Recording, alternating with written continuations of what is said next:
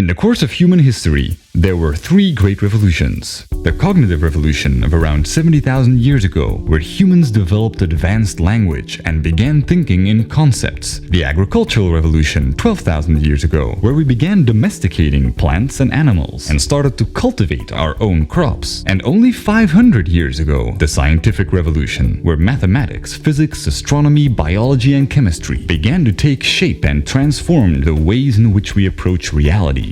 During the agricultural years, people lived in small, intimate communities as collective units. Today, the emergence of modern science has actually reshaped society into a much more individualistic one. And what most people don't know is that individualism is historically a very recent phenomenon. To understand how the trend of individualism evolved, let's go back in time. Imagine you were living in medieval times during the agricultural ages. There were no banks, no schools, no hospitals, radio or television, newspapers, factories or shopping malls. You were forced to work in the family business and marry the person your family chose. You didn't spend much time wondering how to dress or grooming yourself or choosing your favorite working tools.